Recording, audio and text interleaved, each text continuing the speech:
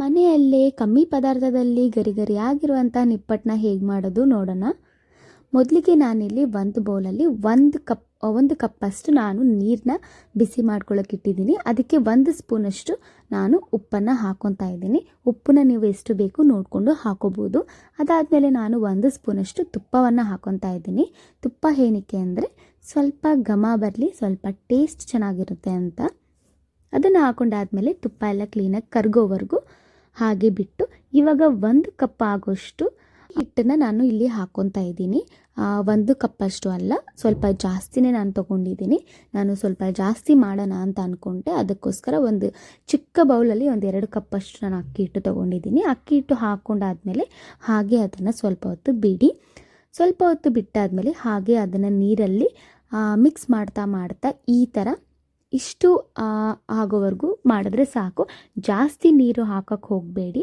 ಇವಾಗ ನಾನು ಇದಕ್ಕೆ 1 ಸ್ಪೂನಷ್ಟು ಖಾರದ ಪುಡಿ, 1 ಸ್ಪೂನಷ್ಟು ಬಿಳಿ ಎಳ್ಳನ್ನು ನಾನಿಲ್ಲಿ ಮಿಕ್ಸ್ ಮಾಡ್ಕೊಂಡಿದ್ದೀನಿ. ವಿಡಿಯೋ ಅದು ಸ್ಕಿಪ್ ಆಗಿದೆ. ನೆಕ್ಸ್ಟ್ ಟೈಮ್ ನಾನು ಮಾಡಬೇಕಾದ್ರೆ ಅದನ್ನು ಕೂಡ ನಾನು ನಿಮಗೆ ತೋರಿಸ್ತೀನಿ. ಇವಾಗ ನಾನು ಇದರಲ್ಲಿ ಹಾಕ್ಕೊಂಡಿರೋದು 1 ಸ್ಪೂನಷ್ಟು ಖಾರದ ಪುಡಿ ಮತ್ತು 1 ಸ್ಪೂನಷ್ಟು ಬಿಳಿ ಎಳ್ಳು ಎಲ್ಲ ಹಾಕೊಂಡಾದ್ಮೇಲೆ ಸ್ವಲ್ಪ ಹೀಗೆ ನೀರನ್ನು ಹಾಕ್ಕೊಂಡು ಇದನ್ನು ಕ್ಲೀನಾಗಿ ಈ ಥರ ಕಲಿಸ್ತಾ ಹೋಗಿ. ಇದು ತುಂಬ ಮೆತ್ತಗೆ ಮಾಡ್ಕೋಬೇಡಿ, ಕೈಗೆ ಸಿಗಬೇಕು ನೋಡಿ. ಇಲ್ಲಿ ಈ ಥರ ಮೊದಲಿಗೆ ನಾನಿಲ್ಲಿ ಕೈಗೆ ಎಣ್ಣೆ ಹಾಕ್ಕೊಂಡು ಒಂದು ಚಿಕ್ಕದಾಗಿರುವಂತಹ ಉಂಡೆ ಮಾಡಿಕೊಂಡು ಕೈಯಲ್ಲೇ ಈ ಥರ ಪ್ರೆಸ್ ಮಾಡಿಕೊಂಡ್ರೆ ಇದು ಆರಾಮಾಗಿ ಈ ಥರ ಬರುತ್ತೆ.